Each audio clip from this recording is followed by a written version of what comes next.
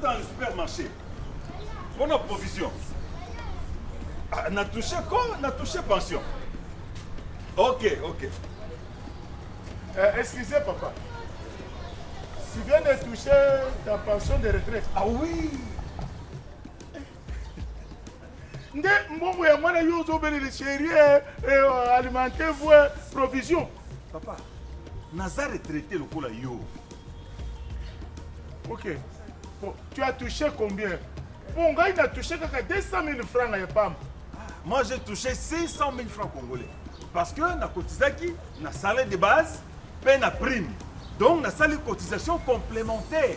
Mais tu veux aller? Ah. Deux têtes. Papa, injustice. Hein? Réclamation. Ok. Justement, Ezali, régime complémentaire de sécurité sociale. Régime complémentaire? Oui.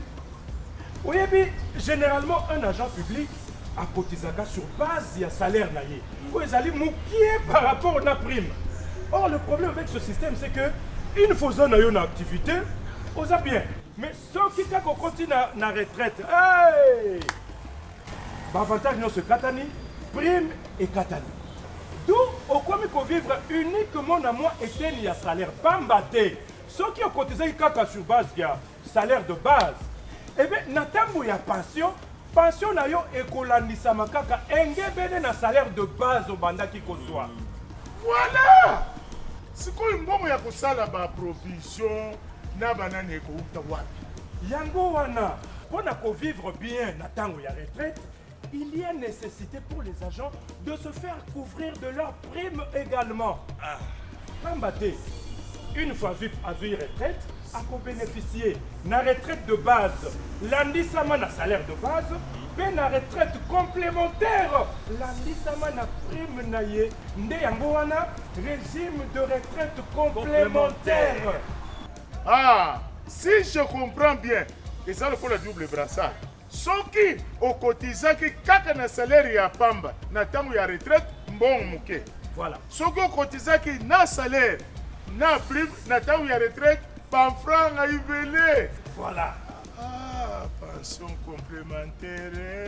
Et Keba, ba prime où ils ont concerné na régime complémentaire ya SENSAP, ils ont kaka ba prime permanente na ba prime de corps. Ah, au comprendre pourquoi naza na sourire. Ah, pension complémentaire.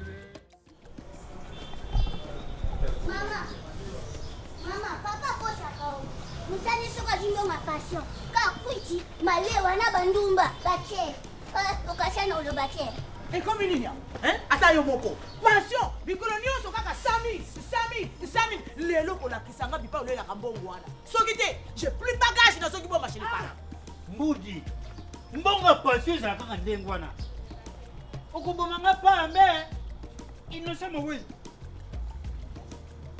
Oui, osalo. Maman, pour le pension. Papa, azalaka pensionné à 500. Mais sans années, on a 100 000. Et pourtant, on a 100 000. Mon solo, c'est comme on a. N'a pas pris mes kili. Maman, Soki achaki mitumi balete. Asana raison, beaucoup de maye pamba. Pamba. Mitumi balé. Yangwa komini. Ditelemba. Maman, mikolo yo kaka boy. Soki tango zana activité. O kotizaki kaka na salaire ya pamba. Na tango retraite. Talaka mbongo. Mais tant que vous avez une activité, ce qu'on cotise na salaire, na prime, na temps ya retraite, talaba mbongo. Yango ba bengi pension complémentaire. Ngana uti ko kota classe pour leçon à tirer. Donc cotiser na salaire, pe na prime, pour na temps ya retraite, donc soit pension complémentaire. Message de la SENSAP. Pour tout contact, appelez le call center au 40 11.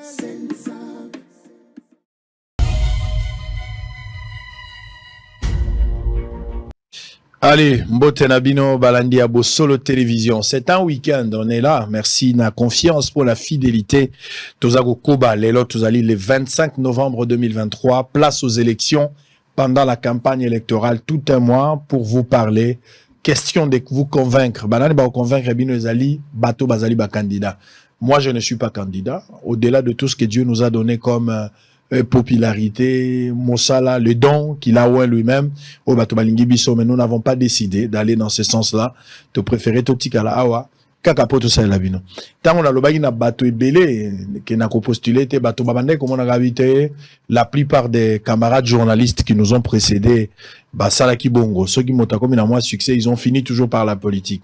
C'est un choix et moi je disais toujours aux gens que ngala la candidate et vraiment la majorité de Congolais ne me croyaient pas parce que bah moni déjà c'est que c'est passé avec des autres mais Dieu par sa miséricorde par sa grâce nous sommes restés sereins totikali na malobawana. Et puis la postulité, pour vous dire que nous ne sommes pas venus dans ce travail par opportunisme. Et puis une autre manière de contribuer pour l'avancement de ces pays. Bozana Businga, Topesi Binombote, Bazana Ngandajika, Bozana Malembankulu, Bozolanda Biso, surtout na Malembankulu, Nazo Sengabino Bolingo Mingi. Bozana Bolingo, Bolongo la Bokabwani Katinabino. Le Congo doit rester uni et indivisible. Nous n'avons que ce pays, mon côté, à Sengaginzamba comme à Congolais. Donc, c'est vraiment le destin de Dieu et nous sommes un peuple appelé à vivre ensemble. Voilà, on a Katanga, Bozana Kamituga, Topesi Bino Mbote, Bandeko Bazana Boga, Mbote Nabino, Bandeko ya Bunya, na Tombe Libino Bolandibola, Mulualaba, Mbote Nabino, Likasi, Bozana Kambov, Mbote Nabino na Fungurume, Bozana Kasenga, Batwala na biso na Kikwit na Bandunduville, Bozana Boende, Bozana Makanja, Bozana Bikoro Mbote na bino, Bandeko ya Chikapa Kikwit, Idio for Mangai City, Bandeko Bazana Bulungu, Mbote na bino na Kiri, Bozana Inongo, Bozali on en direct, Nazoli qui était sur le Kamalam. Donc tout ça d'abord la troisième partie, on va prendre la deuxième personne pour la deuxième intervention de 30 minutes et puis après on aura encore une petite pause. Finalement, pour les élections, nous allons recevoir Justin Bitakwira, candidat député, na Ouvira, qui sera notre invité à la troisième partie pour parler de la politique finalement. Mais ici, on va parler un tout petit peu de la science, qui va aller aussi avec la justice. Ça va aider quelqu'un à la maison. Vous avez intérêt de rester scotché. Messieurs et dames, voici pour vous, Maître Robert Badibanga. Bonjour et bienvenue. Bonjour Sango. Tokutani Solelo. Tokutani, mais Lelo, Nazana Kanda Makasi. Ah bon? Yango na ke koyekola langue pour que tout si la na lelo donc lelo ekoya et si ça tombe bien tout ça pendant la campagne vous êtes très libre au fond mandengo lingi. Oui Sango na moni semaine oyo batu baza ko benganga la force du caractère. Ah bon? Bon lelo na eli bango sanction Pesinga kanda na pesa bango matière parce que ba livre eza 4 mais révéler kaka misatu ya 4 na koloba pré campagne parce que wana eza mabe makasi. Très bien. Ozali auteur ya ba ouvrage mibale oyo utiko koma mibale moko ezali Laura mosusu ezali sanction. Alors d'abord très bien habillé, merci pour la ponctualité également. Merci Sango. Malheureusement on a candidaté. Pourquoi? Sango ba élection eza inutile Sango. Namboka oyo eza inutile. Yo moko yebi que Congo eza lokola bébé. Bébé poto zonga na Biblia, to yokana malamu. 1 Roi chapitre 3 verset 16 à 28. Yebi solo wana ya Salomon basimi bale ba boti mwana. OK?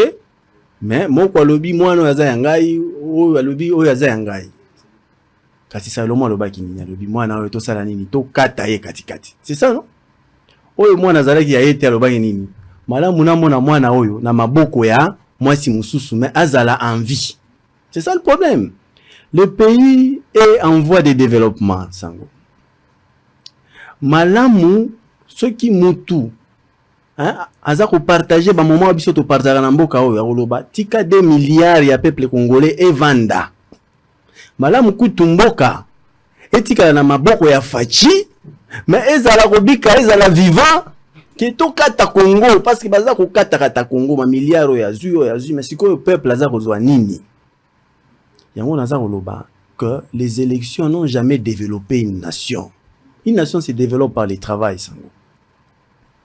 On a robetelo maboko mingi pona attitude ozwaki ya kokende na maponami wana te parce que eza lokola participation criminelle, hein?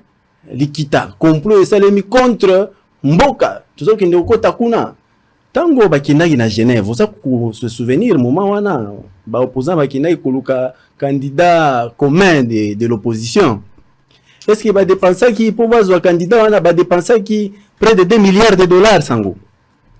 Je ne crois pas. Bakendaki bayokani na Genève wana atanga na kwa kozwa bango en charge parce que kofuta hôtel kolia na bango ce n'était pas budgétivore. Bayokani baponi Fayulu. Soki bangi ba changer chef de l'état baluka ba fournir na bango mais batika mboka mbongo ya peuple kimia bazwa ba milliards wana tendenge baza kozwa na zana kanda pona yango sango parce que lolenge nini bakoki kozwa moto aponama akoma mokonzi ya mboka soki baleki na élection te bakoleka na coup d'état baleka na prophétie bato singeli baleka nzani sango na oti ko pesa exemple tango bakendaki Genève o basalaki kuna ezalaki nini bayokanaki po bapona à son temps Fayulu comme candidat commun de l'opposition baye ko proposer biso eto boya kité. Problème nanga eza misolo ya mboka 2 milliards sango si on déverse ça pour construire un parc agro-industriel ou bien construire les routes des desserts agricoles yo moko za ko imaginer surtout quand tu mbongo na topesi mutolo la sango nazoloba yo parce que toza ko mona ne oza ko kende ko souffrir na bapigi oza ko mona ndenge nzela eza ko eza souffrance na souffrance obi soki to réquisitionner congolais apesa biso expertise na makambo babengi souffrance na banzi na souffrance ye moko kokamwa koloba batu ba souffrir ka ndeboye parce que peuple wana asa ko se comporter lokola États-Unis budget kaka ya tiaka na armée minduki ya pambo ebi montant asa nango ebi mbongo asa nango biso za na mbongo te tokoki kozwa 2 milliards te hein neti batu moko baza ko comprendre te ke baza ko souffrir batu baza ko mona biso libanda eza ko sala pasi na mutema kasi soki balingi ba changer moko so ba sala protocole d'accord so ba okende biso na Genève ba yokani so problème na biso eza wana te mais tolingi to mona Congo hein eza ko prospérer. Premièrement, ba élection en pays za ko stopper biso za ko zongisa biso sima parce que tozwaki déjà rythme moko boye tango yango eza ko telemisa makambo nyonso alors que batu baza ko sala eza ko pesa pe ba conflit tribalo ethniko clanico familia batu baza aussi ko yokana lisusu te pona biloko wana yango wana tolingi batika biso na kimia doza penza partant na makambo ya ba exercice ya ba élection penza te. D'ailleurs plainte moko eza en gestation contre Seni akoyebisa biso ba machine ya 2016 eza wapi. Parce que ba machine wana esombami na mbongo ya contribuable congolais oza na mutuka na moni tango oza kosomba plaque eza impôt bazwi mbongo wana basombi nango ba machine oyo Martin Fayulu alobaka ke bokende voter te eza triqué tout ça mais finalement to voter quand même nango okoki koyebisanga te ke machine wana ba machine wana ekendaka wapi après élection pour ndenge tozongi bo élection ezaka ya machine à voter soki tolobi na 2011 tokolobaka tozwa quelques ordinateurs mais élection ezalaki ya papier awa siko élection eza ya machine à voter tosaleli yango na 2016 pourquoi na 2023 il faut basoma machine mususu ya sika nyonso toloba ta ndambo te babakisi mais nyonso. Je m'adresse au procureur. Je m'adresse directement au procureur général près la Cour de cassation qui m'entend. Il peut se saisir des dispositions pertinentes, n'est-ce pas, des articles 145 du Code pénal, livre 2, hein, pour punir le détournement des deniers publics. Parce que mbongo wana eza kosomba ba machine eza mbongo ya peuple. Siko ya 2 milliards poto somba ba machine mususu d'abord ba machine to salaka nango réellement ekenda wapi ba sombeli biso mususu o mususu pe elongeza komona na bien te o bandeko bisa elongi bien ba meni yango wapi ba memaka wapi parce que oza koyeba te na ba urne ekenda wapi na mona kutu mama moko je pense dans la 2006 2011 après élection pendant na je pense na Selemba ouais na mona moto pena na kati ya ndako na ye na urne ba azotokela ngo mai abenga ngo tuke ya mai meza urne yoka sango eza makambo ya kokamwa soki na bonne mémoire eza ba 2011 après élection en 2011 eza makambo ya kokamwa sango ngana banzi soki to fongole miso te na ba machine yo ba tu kosomba parce que élection ekozala moyo to stopper yango eza te ekozala soki to fongole miso te kaka tango batu basilisi ko voter ba kokamata ba machine wana yango na betaki maboko tango kindaki na onatra ko kende komona makambo ya train na kosenga lisusu sango kende nano na Seni hein si on peut même requérir le ministère de finances IGF boye bambongo boni e bimaka na 2016 pona kosomba ba machine wana siko ba machine wana ekomi nini ekomi eloko ya mutu bazongisa yango place basombaka to batekaka to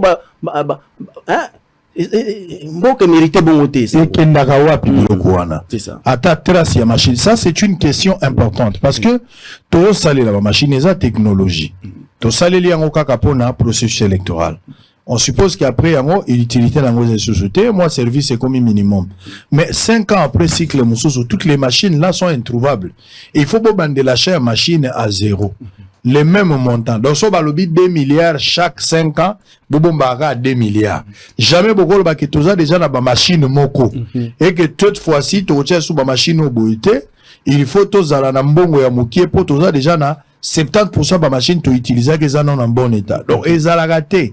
Et puis après, mi tu que kende ba plateau ba teke ko buka bilo qu'on a bilanga. Ya ba individu ba généraux ba zui ba toi politique ba zui ba CNI ba zui. Finalement mboko na ebité.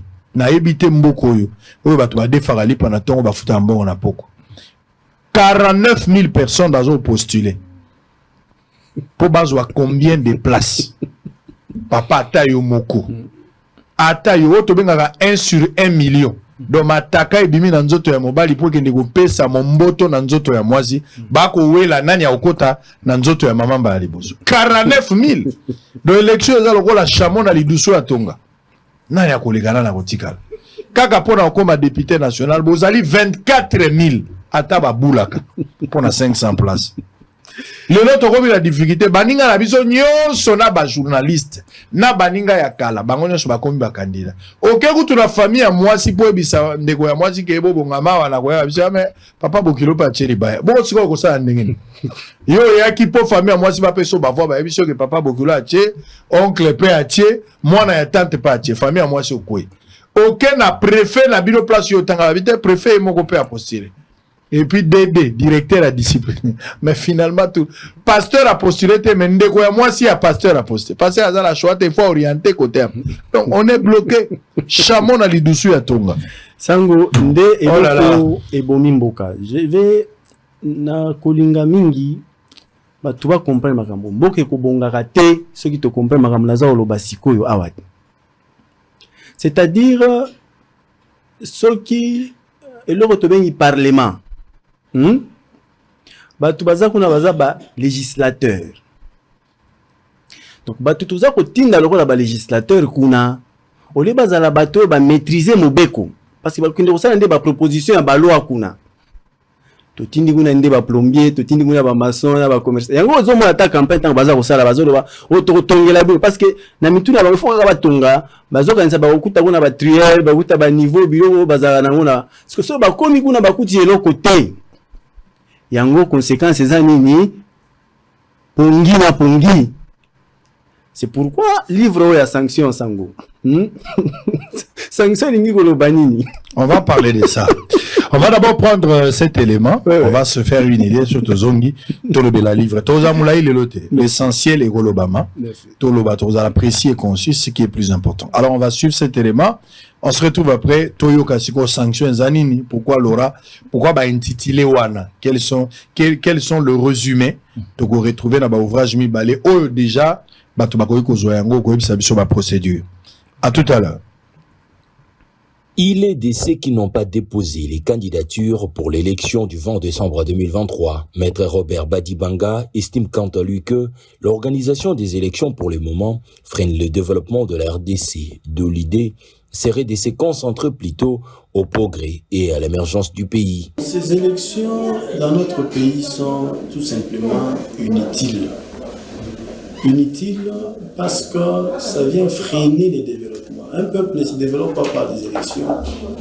Un pays se développe, n'est-ce pas, c'est par le travail. Or, ces élections viennent freiner toute activité, ok? Et même, il faut dire que la République n'appartient pas, ce n'est pas un patrimoine privé, personnel d'une vingtaine de personnes que nous appelons communément candidats président de la République. Non, la République appartient à tous. Pendant qu'on veut mobiliser près de 2 milliards de dollars pour organiser les scrutins, mais il y a d'autres priorités. Nous avons refusé de postuler parce qu'on estime que c'est une participation un complot contre la République. Comment est-ce qu'on peut dilapider près de 2 milliards de dollars qui appartient au peuple congolais, pour se faire plaisir? Parce que c'est un luxe. C'est budgétivore, ces élections. Fustigeant le travail accompli par les parlementaires congolais de la législature en cours, Maître Robert Badibanga appelle le peuple à sanctionner ces derniers à travers les urnes. Le basique, c'est quoi? C'est que les personnes que nous mandatons pour nous représenter, les législateurs, nous envoyons au Parlement des maçons, des plombiers, des gens qui n'ont aucune notion de la loi. Mais comment est-ce qu'ils vont faire une proposition de loi là-bas? Ce sont des commerçants qu'on envoie là-bas.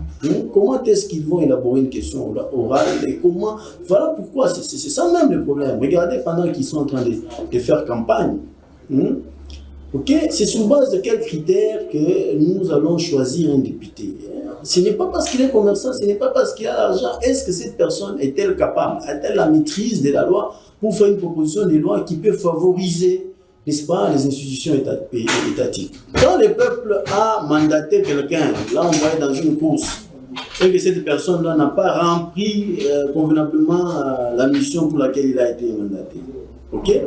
C'est quoi la conséquence? C'est que le chef va fouetter, il va sanctionner, c'est-à-dire toutes les personnes que le peuple avait autrefois mandatées.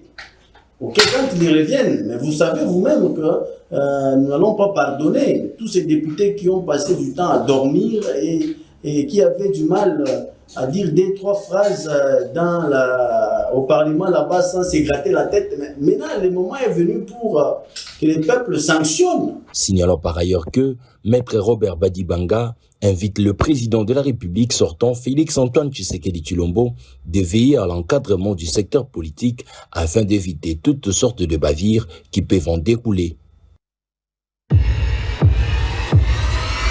Question simple, y aura-t-il des élections RDC en décembre prochain?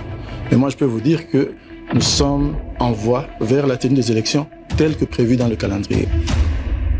Ils sont 26 candidats pour un seul siège, 22 000 candidats pour 500 sièges, plus de 49 000 candidats à la députation provinciale. Qui sont-ils et que feront-ils? Qui sera le futur président de la République démocratique du Congo? Débat, interview, reportage. Ne ratez pas les moments forts des élections générales en RDC avec les journalistes Israël Mutombo, Papa Sango, Nadine Mayombe, Mamelo et Guy Bouchard Djofé.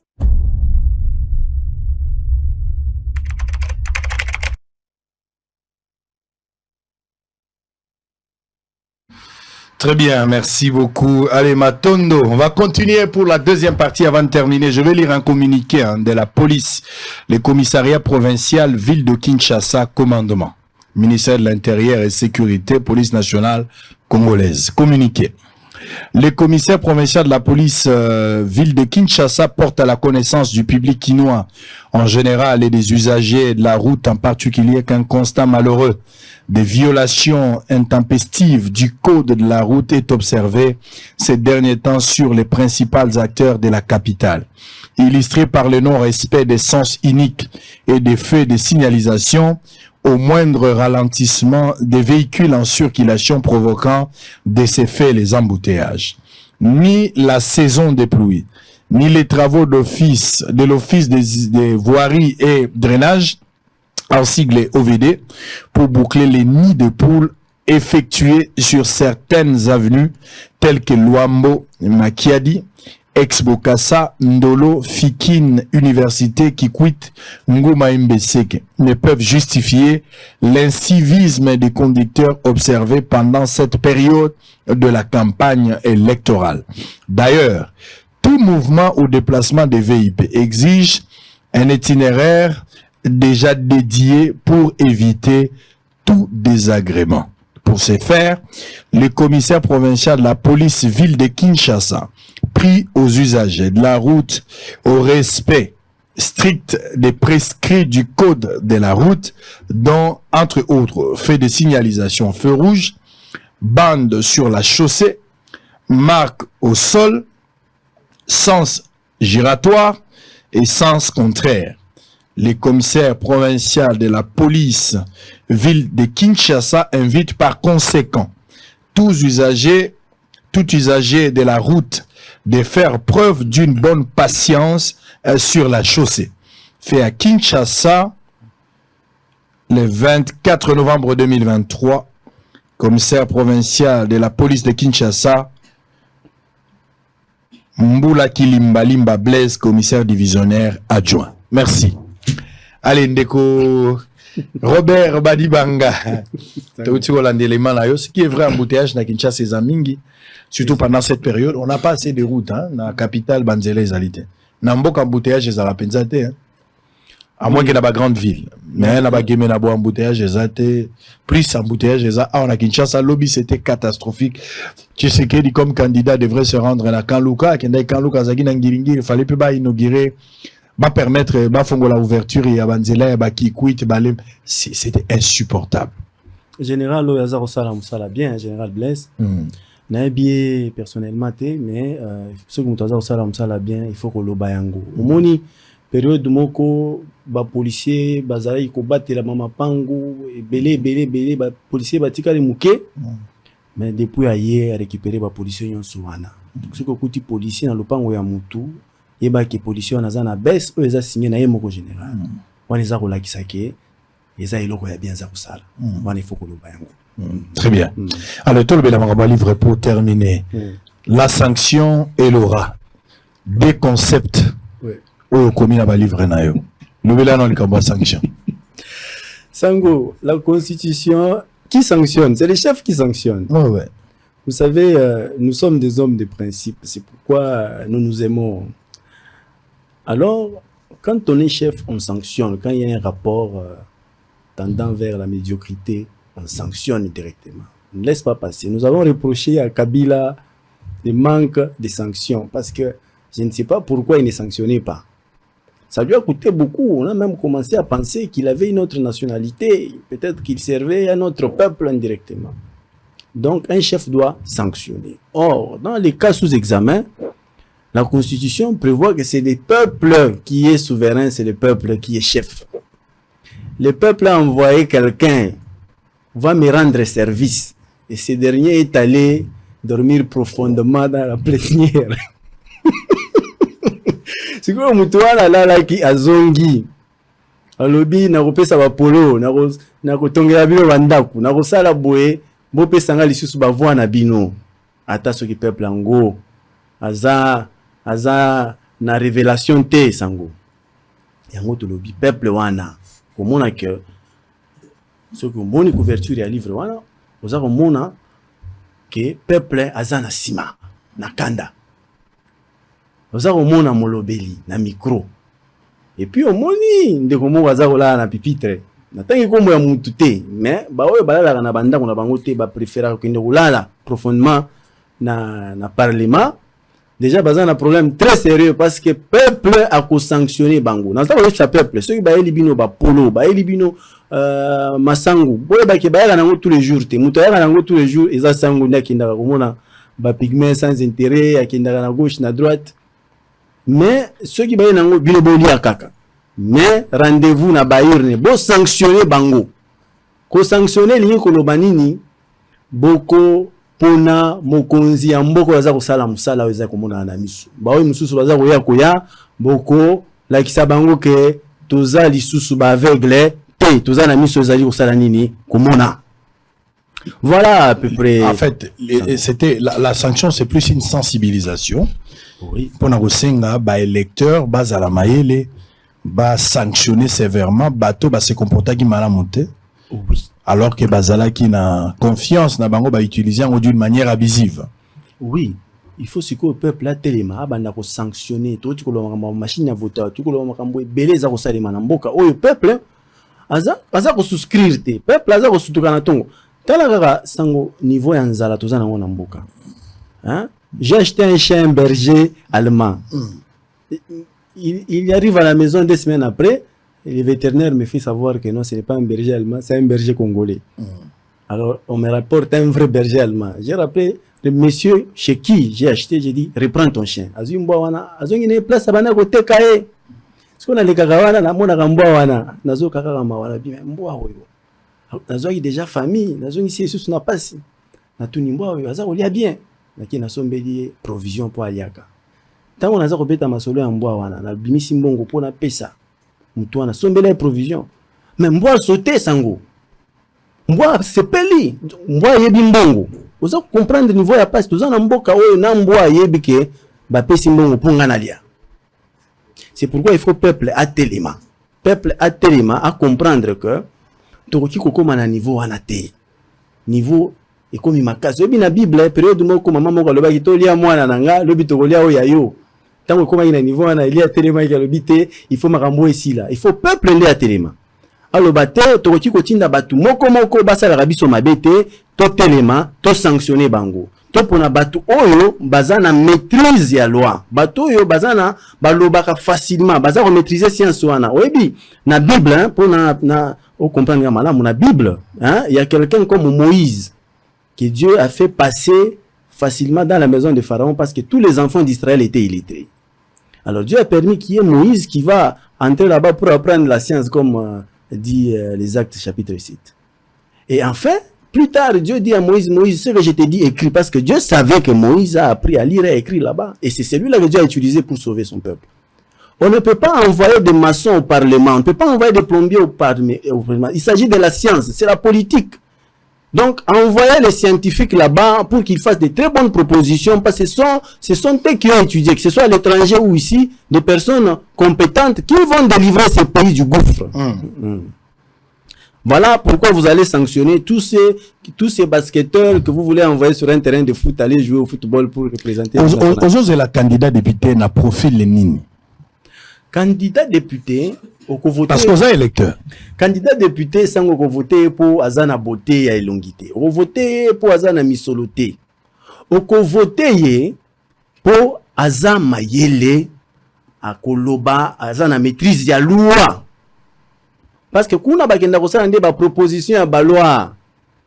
Il faut tango ba banda koloba, question orale, atelema banda kolobela zo loba za ko engager bo moina yo. Vie à banana façon ba ko vivre. Donc il faut ceux qui ba lobby makambo telemi ya bandi ko loba te. Loi e lobby boy mutu wana omoni ki azaka même na 80% ba critère wana nde ko pesa hein mandat qui ne vous représenter yo ko ponate po azande konanga po aza pasteur mais ce que ce pasteur azana maîtrise la science te. C'est oui bitango baza ko loba makambo science scientifique nyo se faut à s'incliner. Ce qui baza ko loba makambo tolandi tozana par exemple belé à chaque fois que baza ko soulever la question orale na parlement sango mawa mingi toza mona ba misusu alali pongi ba misusu azana téléphone parce que aza ko comprendre le côté aza ko zela ba émolument. D'abord d'ailleurs faut retenir que ba député basalaka 6 mois na nemo basaka ba kena musaka pendant 6 mois. Baza na 6 mois ya congé ba benga en vacances parlementaires baza à peine à 6 mois au ba en assemblée. Donc basala mingi te mais ata bana ba vacances ba futa ba mbongo régulièrement.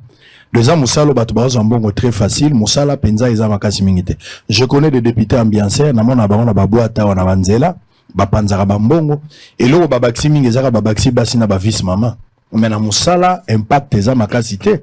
Ba député ba yiki osenga yo ba voir en 2018. Ba ba lobaki na yo pesa bango confiance ba yebi ba problème ya lukunga ba yebi problème ya mwamba ya changu ya boende ya basankusu ya katanga ya lualaba ba onyos basenga bino ba voix lelo il faut évaluer ce qui mutalaki kokolia na 15h il faut mona tabilo ko place bazolamba mais ata solo biloko na lupango yokanite pourquoi il faut ça la moto ya bongo confiance azumi solo lelo po akomi na gouvernement akomi ministre atikali député asali ba monso alimentaire azumbo alinga ya ko séduire yo pona nini les corbeaux n'a jamais été joli mais ba benga ibogard pona fromage yo za marchandise te po ba somba ka voix na yo lelo ko ikote ka voix na yo na mbongo moko ya moke po se satisfaire lokola moto ya diamba soka za na bosenga ya komela diamba za capable ya koteka ta lupango po asili sa posa lokola mwasi ya ndomba soka azali na bosenga ya mbongo aluka kata demo matelae po apesa ekaka sentiment te mais apesa misolo azala ngo besoin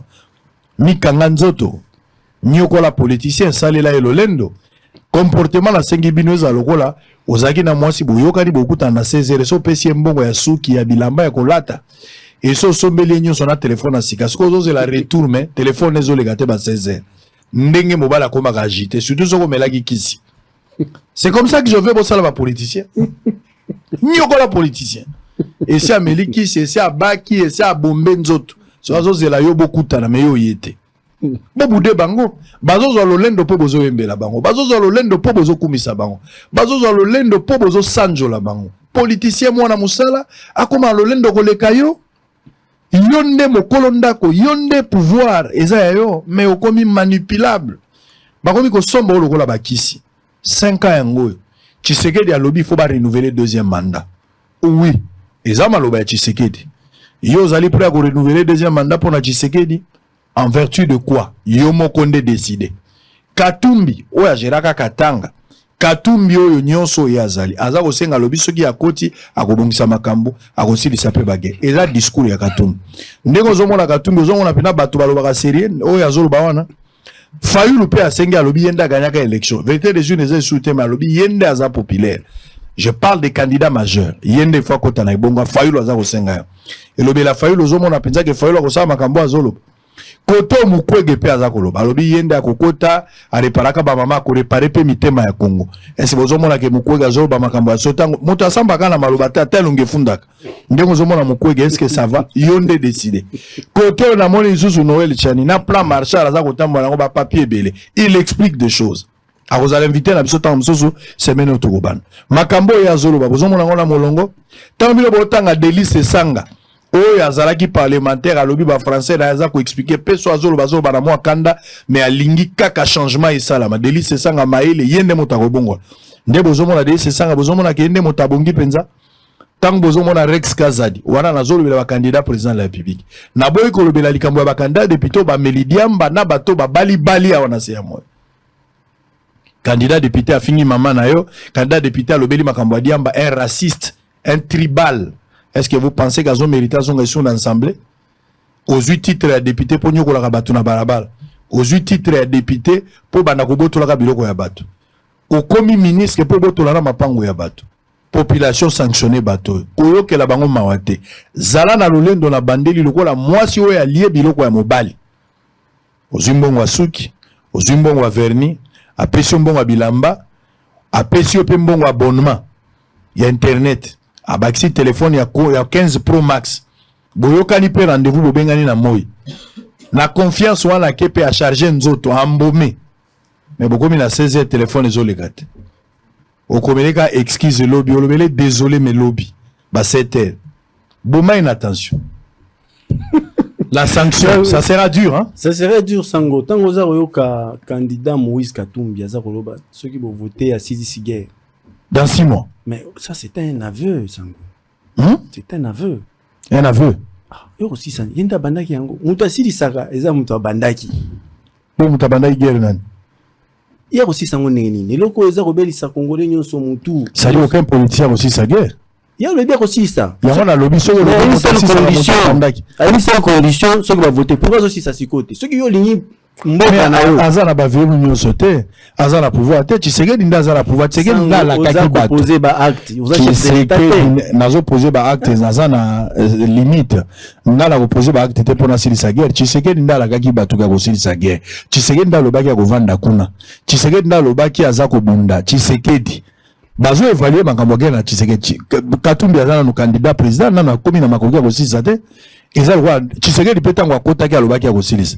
Est-ce que lelo Tshisekedi akokota la bunya et nani akokota la bunagana akota la masisi akota la goma yisi bango guerre sile bazo évaluer Tshisekedi po azana contrôle ya système bako évaluer Katumbi par rapport ya ba promesse mais bon ressemble ça Katumbi pour la makambo ya guerre te parce que Katumbi azana na pouvoir te lelo sango soki na chantier na yo architecte ayebisi ke maçon ya banda kotonga mire eza kokende ngambu moko na le bitango akosilisa ngana oya kotonga mire ya bien okosepela sango asa ko détruire yo parce que soki alingi yo kaka tango mire eza kokende boya koloba apesa maele na yo ata okufuta yango te po alingi yo bon soki yo kite te est-ce que apesa ki proposition aussi sa guerre mokonzi ya mboka boy koyoka ya zeli le bitango ya kolongwa ya oya kosilisa donc en d'autres mots yenda za ko alimenter yango to ndenge nini nakangi parenthèse wana nazolinga kolobela ba candidat wana te patie misolo na bango ebele 100 000 eza ebele so na bandi ko démystifier bango na roya ko ba wa mona ke papa ole a jouer rôle na ya papa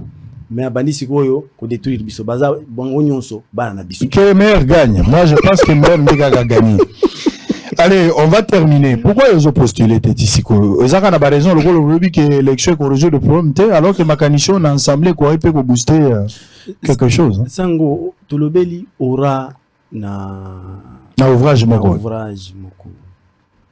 Plus Tolobela mingi honorabilité. Ce n'est pas ce qui m'ont postulé n'a comme honorable, non. L'honorabilité, Sango, vous êtes honorable. Ce qui mutu eloko salaka ya muke naturellement. Ce qui va mener na sommet quand eloko wana ndia ko sala ngo lisusu naturellement. Ce qui mutu na mutu kana moko ba kafar bazako bimakuna kala mingi te ba puku ba bimakuna. Ata sumi mutu ka $1 million. Même comportement et Hollandais kuna tana Lamborghini, c'est ça le problème. L'honorabilité au commun honorable façon na ya kolata, façon na ya ko coiffer suki place aza ko vanda na quartier vanda ka est-ce ba pesa ka le coup mwaza mutu aza ko tambola na bwanya.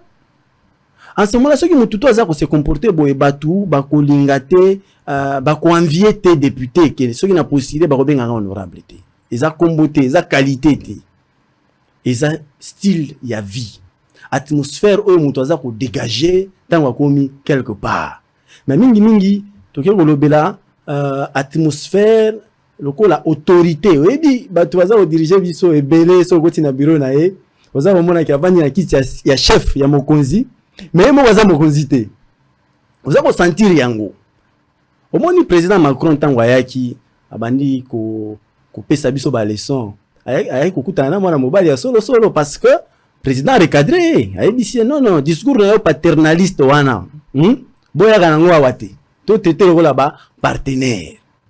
Tous on a besoin mon conscient ndenge wana oya zana aura. Na basi tango yokaki accompagner que j'ai affaire à un homme.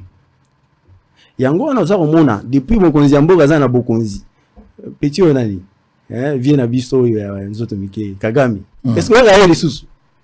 Si quoi ça kolinga asa la Congo guerre indirectement a attaqué bokonzi ya Fachi. Fachi alongwa pour azonga les sous abanda kosala ba jeune ya mike parce que Fachi a verrouillé. Tozo yoka les sous-souté.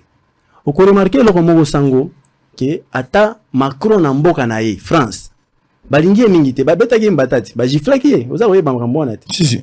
Mais tant ba kena maponami ba ponira Macron pourquoi? Parce que ba ebike makambo Poutine wana Ukraine. Macron aza ko maîtriser ngo malamu. Tango mo kimia baza ko mona mo kimia kulekela ndeko wana malamu ba batela ena ba consolider ba ki. Voilà, ba consolider ba ki. Au lieu ba reprendre à zéro. Tozana Fachi béton. Donc yo aza ko réformer armée candidat na yo Fachi. Naza ko préférer ko mona mboka. Na maboko ya mwana mboka Fachi. Mais batu nyonso ba participer pour que mboka wana e bonga. Parce que lelo oyo batu oyo ba postuler kati na bango Seigneur Jésus azate sango. Tango bakoya la biso makambu ya sika oyo totikala ko mona nanu te. Toti na libulu mulai. Mboka uti musika sango. Siko to bani ko zo moi souffle. Mais batika mwana mboka asisa makambu bandaki sango. Très bien. Allez, nous sommes arrivés à la fin. Merci. Toujours à chaque fois épaté, ma concept, la manière de voir, c'est toujours intéressant. Ben la ebigembe taola la bawe la la mupayate. Aza mutamikolazo le kata simbi télécommande tika jouissance na eza temporaire. Il va partir mukolombo karosala oya rolala nanda kuna bango pour notre tongaki. Ça a été un plaisir de partager encore une fois aujourd'hui. Merci Sango. Il faut veiller population, hein. Vraiment, il faut pas gotika population. Merci Sango, je crois c'est le travail de l'église. Bamboka nyonso monaki ba comment qui développer, les hommes de Dieu se sont levés pour na kolongola ouverture na miso ya bandimi parce que babenga bandimi po bandima kama nyonso aza kondima te sikoyo il faut ba fongola miso ba yeba que chef de l'état aza visionnaire aza guide il faut ya mona koleka bino wa mona musika so koza na chef de l'état oyo aza déjà kotonga mwa tour toza ko mona ebongisi gombe aza ko sala ba ya francophonie aza ko tonga ba aéroport mutauti poto mbala moko kolezi aza ko sala makambo wana aza ko mona musika koleka bato ebele mutabongo botika ena nwasi sa makambo aza ko sala. Très bien. Boya ko remplacer na aveugle te azongi sera biso azongisa biso na moyen âge Sango. Très bien, merci. Beaucoup. Allez, Tossili, ici pour la deuxième partie, on va prendre une transition. Tozonga poto yamba candidat député national. Batobele ba kansaka ko postuler la présidence de la République, mais malheureusement, choix na eza na députation nationale na Uvira. Monsieur Justin Bitakwira, Bitachou, Yendazali honorable candidat député. En tout cas, nazo souhaité ba bonne chance Bitakwira fois de ma député Touro. Nazo souhaité vraiment pe azala maire élu na Uvira wana. Nazo boa kela ba fleur. Aza motoye bimingi présence ya Bitakwira en assemblée Kagame Rosala na moi ba Doliprane gomela en permanence. Allez, une petite pause, on revient. Page publicitaire. Justin Bitakwira, candidat député Uvira. À tout à l'heure. Question simple, y aura-t-il des élections RDC en décembre prochain? Et moi, je peux vous dire que nous sommes en voie vers la tenue des élections telles que prévues dans le calendrier. Ils sont 26 candidats pour un seul siège, 22 000 candidats pour 500 sièges, plus de 49 000 candidats à la députation provinciale. Qui sont-ils et que feront-ils? Qui sera le futur président de la République démocratique du Congo? Débat, interview, reportage. Ne ratez pas les moments forts des élections générales en RDC avec les journalistes Israël Mutombo, Papa Sango, Nadine Mayombe, Mamelo et Guy Bouchard Djofé.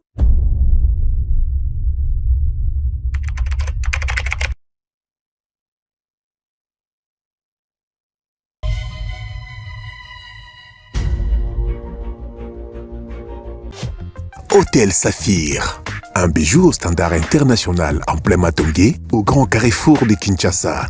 Plusieurs catégories de chambres, bureaux et appartements climatisés avec Wi-Fi et TV, n'a faux prix. Petit déjeuner y compris dans son restaurant aux spécialités variées, avec réduction de prix pour naba clients Oyuba Fandina Hotel.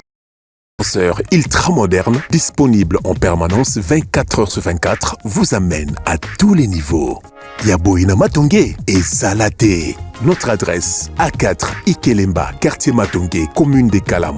Téléphone 084 710 99 99 081 600 8000. Hôtel Saphir, beau cadre, bel emplacement, bon prix et beaucoup d'avantages. Bienvenue à tous.